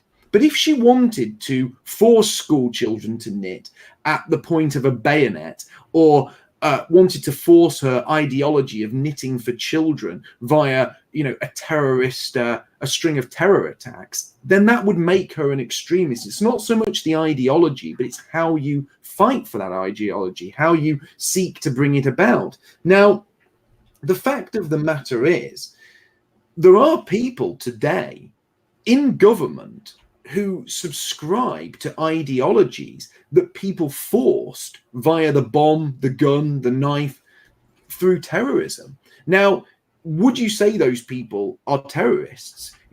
Just look at the there was numerous in the 60s. There was numerous left-wing terror groups in America that fought for the very policies, well, actually lesser policies than what the Democrats actually want and openly campaign for today. But you couldn't call the Democrats terrorists as you would call those groups terrorists. So it's not so much the ideology or the belief system, but how you bring about those beliefs. And we've got to remember, today the term terrorist is thrown around so liberally, but terrorism literally means bringing about political change through acts of violence. So that modus operandi is very important. I hope I've made my position clear on this, because I have never disavowed anybody on our side of the fence for saying anything ideologically different to myself. I've debated people, I've talked to people, I said, well, I don't agree with you on that. I mean, we had Richard Spencer on the other week, and we had a wonderful debate about, what American nationalists should do ideologically to attract people in America. But my point of disavowal comes when people talk about pushing an ideology upon people via violence or terrorism, because that is something I am completely opposed to. And I hope that makes it clear to not only our audience, but to anyone else who might be listening from elsewhere in the political spectrum, that we are completely committed to bringing about change, but in a peaceful way, by doing things like we did late last year, going out and speaking to people in the streets, surveying people, talking to people, and bringing people hope through community change. We don't have any time for violence. And people within the movement who talk of violence or who advocate for violence are actually doing us all a huge disservice, because not only don't they have the means to ever carry that out in any meaningful way or create change in that way, but by pursuing that route or even talking about it, they bring down harsher condemnation on us all and paint us all in such a dark light. And I see these people in two camps. They're either bad eggs, Fed posters, trouble causers, people who have been inserted into this movement to get us banned, to make us unelectable, to make the public hate us, or they are very sad shut-ins who live in this delusional world where they are so far removed from reality that they actually believe they can take on a system that can essentially assassinate political leaders from the other side of the world, from behind a computer screen. You know, this isn't a time where you can defeat the British Empire with some stolen muskets. This is a time where war is waged with the kind of weapons that not only can't we imagine, but the cost of a single missile would be more than probably everyone in this chat tonight put together will never see in a lifetime in terms of, you know, financial costs. And I think that's all worth bearing in mind, but I hope that makes it clear. Thank you again for the generous donation. And if you do wish for a personalized copy, hardback copy of my book, please feel free to contact me. And if we can verify it's you, I'm more than happy to send you out something a little bit special. Thank you again. And finally, we have one more super chat, $5. Thank you very much, from Bila Hora. This is to salute Jason's proper naming of those anti-white rape gangs. Salute to you, my brother, Jason, and to Mark, Patrick, and Keith. Thank you very much. Now, we do have some questions from the chat as well. Son of Britain, this one's for you, Keith. How does Keith think the National Party will do in the Irish election? You know, it's hard to say for sure because they've never run a candidate anywhere. You know, there are promising signs. I mean, Gemma O'Doherty ran in a by-election a few weeks back, and she got 4-point-something% of the vote, which mightn't sound like much, but is actually quite respectable, because in many constituencies there's 3 or 4 seats going, and there's transfers. You know, we've a kind of complicated political system. You get transfers of other candidates, whatever. But this was just for 1 seat. So to do 4%, you know, considering she touts, you know, 5G and vaccine and all this kind of stuff that isn't maybe the most electable, was actually quite a respectable number. And, you know, it's one of those things, it's hard to know exactly how much national sentiment there is out there, because a proper nationalist party has never run in an election here. There was a big upset at our last presidential election, where a candidate called Peter Casey that was thinking of dropping out of the race, he was on like 1%. He made some controversial communities about the traveling community here and ended up doing over 20%, just because he'd been so outspoken against the politically correct norms. So it does show you there's a strong anti-establishment current there. But at the same time, I think they have to be realistic, and I think they are realistic that, to be honest, getting 1 candidate elected would be a big result, because if nothing else, it'll give them a voice going forward. It'll make them a serious party. So I'll consider it a massive success if they get 1 elected. But in terms of what they'll do, I mean, I think we won't know until the day. It really just... It will really depend. We just don't know how strong the populist nationalist sentiment is there, how much the brainwashing has worked, or how much of a silent majority there is that is just quietly sick of how things have gone the last few years. Well, we've had another super chat, and I'm gonna send this one to Keith. It's a bit of a cheeky one. It's MP sent $3 thank you, and he said, "Should the Irish be repatriated from the UK?" And sent back to Ireland, is it? Well, I mean, I'll trade you our migrants for your Irish migrants. I'd be quite happy with that trade. Yeah, I've got to say this. I watched. This is just anecdotal. I don't watch much TV, but I remember watching a show about the life of Irish travellers, and I remember watching a father sat down with his numerous sons, and they all looked like right little bruisers as well, and were no doubt looking forward to a life of being bare knuckle boxers, or or something like that, and these people always have quite a lot of scorn poured on them. But this father was sat with his sons, and he just caught a rabbit in the field, and he was teaching his sons how to skin the rabbit, how to prepare it, how to cook it. And this was quite interesting, because this was a man who is obviously much maligned, and sometimes for good reason these people are maligned. I'm not painting them out to be heroes, but he sat with his sons and he said to them, "One day, lads, when this society turns in on itself, you guys are going to be the survivors, because you're going to know how to catch rabbits, cook them and eat them. You know how to look after them, how to look after yourselves." And I've got to hand it to these people. They might not be a cup of tea in every sense, but they have held on to their culture, their traditions, and they are teaching their young boys how to be real men and how to survive in the world if worst comes to worst. So I'm not going to lambast the Irish. As I said, I'd rather have an Irishman, or an Irish woman for that matter, for a neighbour than these legal immigrants who are enriching us so greatly from elsewhere in the world. A bit of a question for Patrick as well. And I'm very interested in this, because obviously you had that wondrous debate with Adam Green last night about Vladimir Putin. And I'd like Keith and Jason's take on this. Quite a few people have asked. It's actually not been asked through Entropy, but it's been asked several times in the chat. Vladimir Putin today just made a speech to Russian parliament about how he wants to increase the birth rate of the indigenous or native Russian people so that they are not replaced, and so that Russians continue to grow and their population doesn't go into decline. Now, last week we heard some kind of damning commentary on Vladimir Putin, commentary that wasn't particularly flattering, commentary that painted him to be just another tool, in the Zionist machine. But here he is talking about, giving paid incentives to indigenous Russians to breed at a higher rate so that they are not replaced. What's your guys' take on this? Well, I guess I'll go first.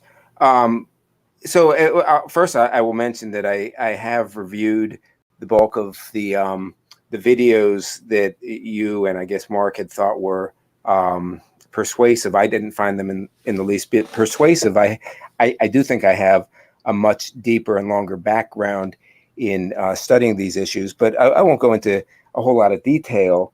One of the videos was titled, "Is Putin the Savior of the World?" And that's kind of a straw man. I don't think anybody's seriously saying he's the savior of the world. Now, a whole lot of Russians call him the savior of Russia. And I think, I'm a boomer. I don't remember where I said what. Didn't I say, I said somewhere that, their birth rates had gone down, their life expectancy had gone down, and he turned that around. The Russian birth rate had gone way down in the 1990s. It had already been low. Before the Soviet Union broke up, it had already been low. So I think this is very much in line with Vladimir Putin. He is relative, not in absolute terms, but in relative terms, he is a nationalist. Is he a nationalist compared to a lot of other people who aren't in power, who get to talk on alt-right radio shows? Maybe not. But is he a nationalist compared to any other European leader? Maybe you've got Viktor Orban. Maybe what competition does he have? And when I said I thought he was the most important statesman of the 20th century, important, certainly important. Is he, the greatest? Well, that's more subjective. But he's certainly very important. He has shaped world affairs more than any other single person. I don't think you could disagree with that. And I think in terms of international relations, he pursues Russia's national interests, which aren't always going to be the same as other countries' national interests. But I think in general, he's played a rather restrained but overall positive role. That's my assessment of him. I know he's, well, there's other things. I don't want to dominate this too much. I don't want to get too much into the details of things that were in those videos, but just a couple of examples. There was a poll cited that was supposed to show that Israelis love Putin because he had been named Man of the Year. When you actually read the article that was being cited, the authors, who I guess were writing for the Jerusalem Post, were very critical of Putin, and they said specifically, we're not saying he's the most pious person of the year. We're saying he's the most effective. And so the actual contents of that article had been quite twisted. There are just a whole lot of other examples of, very shoddy. One other example I'll pull out. The fact that an oligarch or multiple oligarchs give money to Chabad Lubavitch means that Chabad Lubavitch owns them, which is odd because usually if you say, for instance, George Soros gives money to Black Lives Matter, you say that George Soros owns Black Lives Matter, not the other way around. There's a lot of things that were in those videos that were not only not persuasive, but really seemed to if anything, show the opposite of what they were intended. But I won't go in too far to that. I'll pass it on to Jason now. Yeah, Jason and Keith, if you've got anything to say about that. I'll just very briefly say so we can get rolling, and that is when Putin says Russians, what does he mean? Does anybody actually know? Because everybody thought when Trump was saying Americans, he was talking about white people. I assume that people think that when Putin says Russians, that everyone is assuming that he's thinking white people. I am of the mind that he's probably talking about all of the different races in Russia. And we could probably find some place where he says that. So I'll pass it on to Keith. Yeah, I don't have a strong opinion. I don't know an awful lot about Putin or Russia, not a fraction of what Patrick knows. But I did look into, this whole Duginism thing that keeps popping up. I know Adam brought it up about Spencer, and they're all sharing stuff from this page that says that Spencer is apparently a Duganite agent. Mike Enoch, Michael Jones is apparently a Duganist that wants to destroy America. And at a certain point, this gets a bit ridiculous. And basically, the theory behind this is that anyone that's opposed to the American empire is a shill for Russia and Zionism. And, this is like the novelty take of novelty takes. But at a certain point, with these conspiracies, I mean, you only have to look at who's controlling the American empire and see what they're doing to know that their interests are not the same as white Americans. And at a certain point, when these conspiracies get so absurd that it tells you that you have to support Zog and the American empire and Israel to sort of own the Zionists by supporting them, it gets a bit absurd. And don't forget, when I see all this stuff about Russia, I don't know if anyone remembers a few months back, an FBI agent was presenting evidence in some trial of a neo-Nazi or whatever, and he showed one of the posts he'd done on 4chan to expose this guy. And people went and looked back over this FBI agent's user ID and found that most of the posts he'd been doing was trying to get people to focus on Russia rather than Israel. So, whenever people are trying to tell us that Russia is the source of our problems, I mean, it just seems to me like a really strong establishment narrative. So this Duganist thing, I mean, I don't think Dugin is even influential in Russia, and I certainly don't think people are taking bribes from Dugan or something. So this Dugan thing to me is like, it's kind of like it's like Russiagate for people with Asperger's. I don't take it very seriously. Yeah, I'm not sure how much influence he has. And the fact of the matter is, I got drawn into this whole stupid thing because I sent 4 tweets agreeing with 4 things that Vladimir Putin has said. Now, I've agreed with things Boris Johnson said.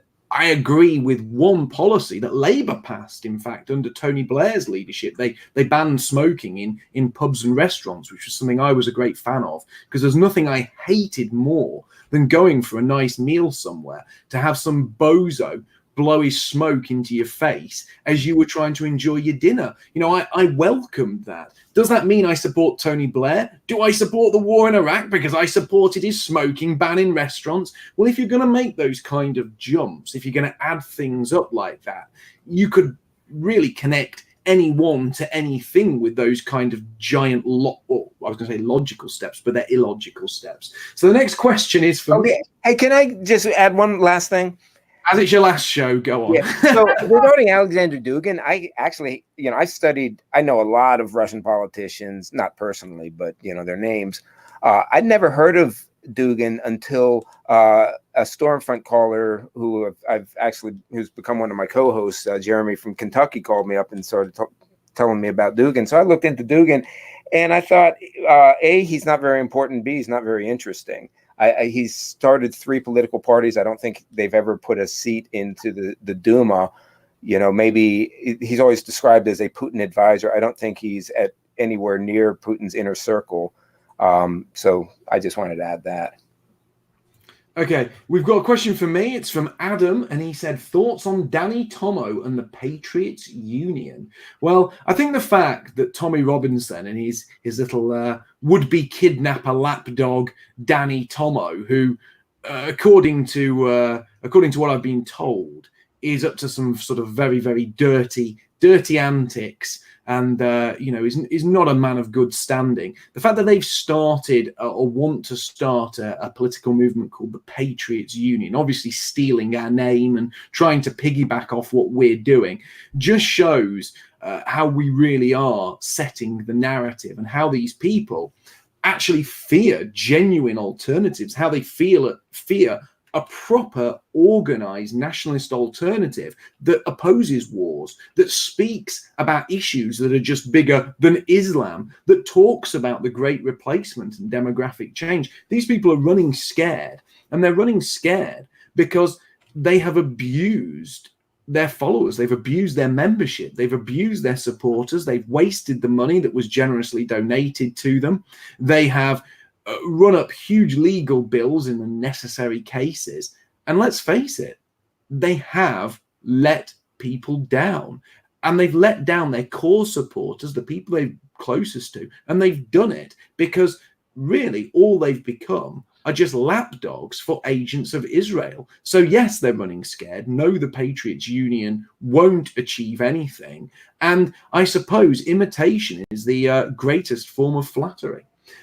Now, Sifu said, as part of your 20-point plan, could you include a safeguard for British victims of crime at the hands of foreigners, and what justice would you like for them and their establishment collaborators? Well, you'll have to wait to see our manifesto, and I think you already know what justice I would mete out to those in the establishment who are complicit in these horrific paedophile crimes. Let's face it, if each of these paedophiles gets 15 or 20 years in jail for their crimes, the police officers and those in social services who covered for them, ignored the girls who were complicit, who basically gave these men a green card to commit these horrific acts, they should get at least the same sentence as the paedophiles themselves. And if I was in charge of the UK, I would ensure that all of these social services departments, those who were complicit would be in jail, and I would just clean house. I would sack everyone in those departments, rehire and rebuild from the ground up. When your house is that infested with termites, there's no point trying to replace one wall at a time. You have to just knock the house down and start again. Social services are rotten. And I just want to throw this out because I know we're getting to the end of the show. I don't want to turn this into a rant. But a while back, a UKIP couple who had taken in children, who had actually adopted children, were doing something good and wholesome, had their adopted children taken away from them because they stood for UKIP and placed UKIP posters in their windows.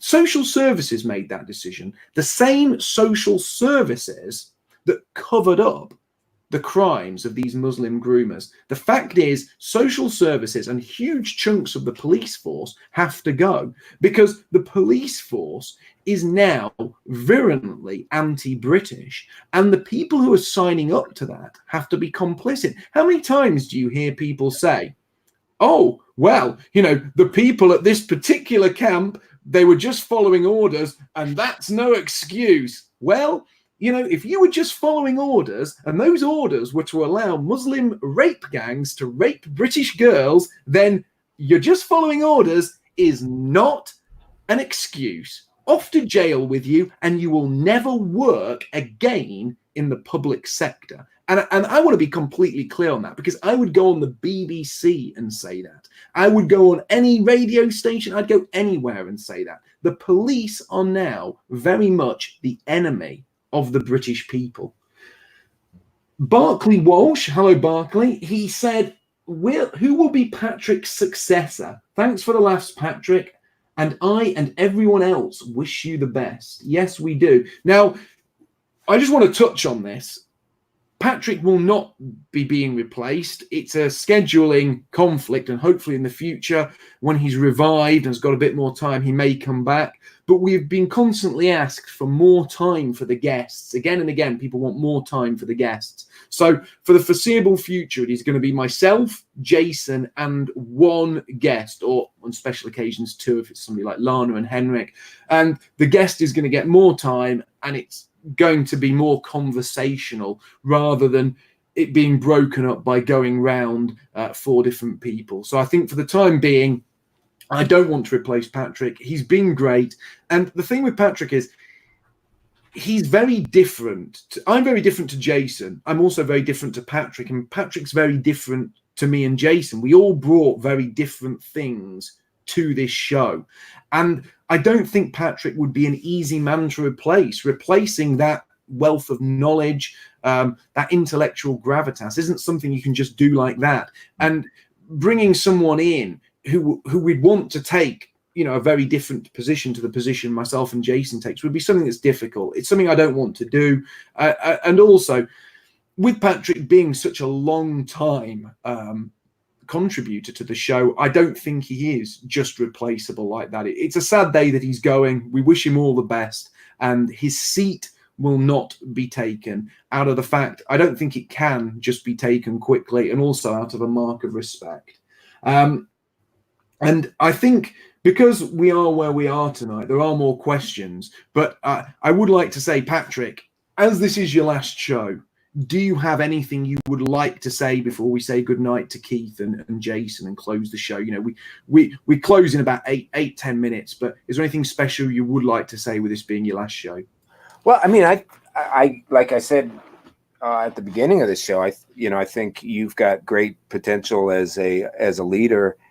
You have really good judgment. I think strategically you've got good judgment, so and of course we'll continue to collaborate together on National Bugle Radio, and I hope to collaborate with Jason in the future as well. Mm-hmm. And I want to thank everybody for putting up with my my boomer speech impediment and and my jokes, which sometimes were I don't even know who the intended audience was for some of those jokes, but I had a lot of fun. And I appreciate all of the well-wishers, and even I appreciate the critics, because without critics, then you're just gonna go off in the same mistaken direction when you're going off in a mistaken direction. So that's always important too. So that's about it. Well, we've got one last super chat for you. John Doe gave $3 and said, "Goodbye, monkey man." Well, goodbye indeed, Patrick. And I want to just echo said there that he is still carrying on with his own show, which is obviously pre-recorded, so it doesn't go out live, and that's on National Bugle Radio on the Republic Broadcasting Network. And I will still be joining him every, I think it's Monday, the show goes out, but hopefully we can arrange a better time for me to record, which will be better for you and better for me. So you can still get your dose of Marky C and Dr. Patrick S every Monday on National Bugle Radio. So he's not disappearing, he's not leaving, he's not abandoning the movement. It's just when you do as much as somebody like Patrick does, and you also, have a family, you have the dogs, you have all of the other things that go on in life. Mm-hmm. It's difficult to juggle that. And I've often said Patrick is the most underappreciated man in the movement, and for a guy who at his peak was doing 6 hours a day of shows on top of his own business, his own family. That is crazy. What an idiot.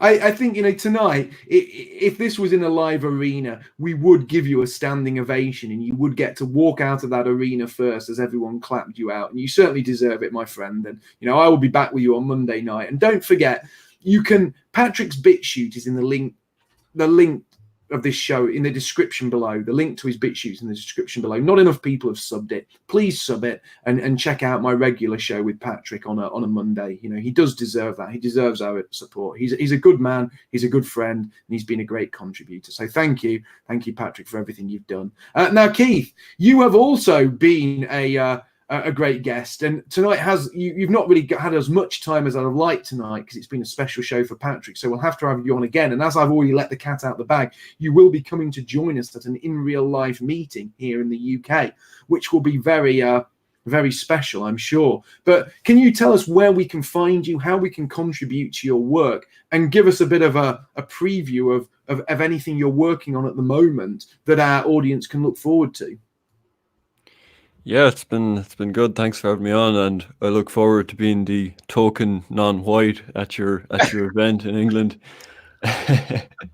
So if anyone wants to follow me, just Keith Woods on YouTube, on BitChute as well, bitchute.com/channel/Keith Woods. If anyone doesn't have a BitChute account, I'd really encourage you to set one up, because as with everyone in this sphere, we don't know how long we have left. And then Keith Woods YT on Twitter, and you can follow everything I'm doing there. Thank you very much. And it's true, we don't know how much time we've got left on this platform. This platform is always one that's been shaky for us, and you can never predict exactly what you're going to say that might offend, the censors at YouTube will get caught by the algorithm. I think the only way to beat it is to adopt a Geordie accent like Morgoth. So there's absolutely no way on earth is the automated algorithm ever going to decipher what Morgoth is trying to tell us. Having that accent protects him. It's like his shield of steel against the Zio censors. But no white guilt, my friend. You are now, other than myself, obviously, who's been here all the way back from episode 1 of Tutar, you were the man that rescued the show. I think you came in, what was it, about episode 40? Did you come in? Sounds about right. Yeah, about episode 40. And I think that you've obviously now the longest serving member of the panel. Give us your outro, my friend, and hopefully you will be with us for a long time into the future. I suspect so. It would be my honor. It's a big honor to have Keith as a guest, and look forward to having him as a guest again in the future here on PWR. And Patrick, it has been my deep honor to be able to serve White Wellbeing with you, good sir. I pray that the best wishes to you and wherever the winds of life will take you now, and we will here at PWR look at the horizon for your return, triumphant return at some point in the future. But thank you so much for your service to White Wellbeing, everything you have done over the years. And we'll be talking in the future, of course, have you on over at TAP, and TAP this coming Friday, ladies and gentlemen. We are going to be getting tapped into, Jared and I. Annika Skywalker, I had to go there again, at 10 p.m. Eastern Standard Time. It's going to be late for you all in the UK and in Europe, but maybe dawn or early for you. And if you're in Australia and New Zealand, we hope to see you then. And I pass it back to Mark with a few seconds left.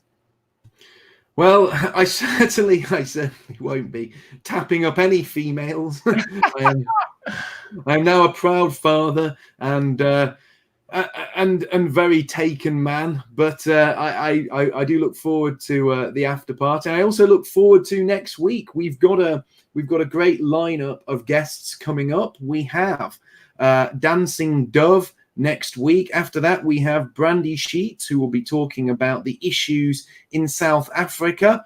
And we will then be getting on Greg Johnson and a man from, I think it's the British, I'm going to get this wrong now. I really need to have my emails open. From the British Constitutional Group, who will be talking about Magna Carta and other issues to do with the ancient British Constitution and how they should be used against our modern traitorous government. So I'll be looking forward to all of that. And of course, I will be continuing to release my regular videos. Now, this was quite a spicy stream. It will be gone. It will be gone shortly. Well, as soon as I can download it, this will be gone. Now, I would like to say thank you to everyone who was here. Thank you to everyone who sent such generous donations tonight. And if you do want to donate but haven't had a chance, you can always donate via Bitcoin after the show.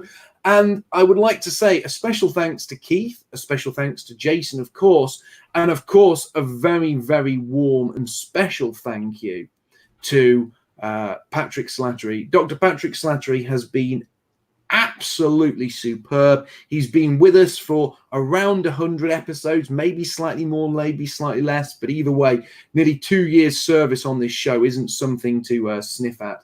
The guy is incredible. He will continue to do his own work over at National Bugle Radio. Please support him. Please support him.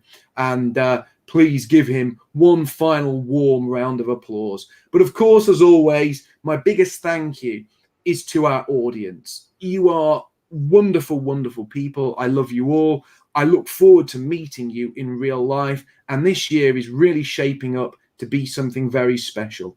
I will look forward to seeing you all again soon. And that just leaves me to wish you a very warm good evening. I hope you have a wonderful rest of your day. And I will see you again next week for another episode of Patriotic Weekly Review. Thank you.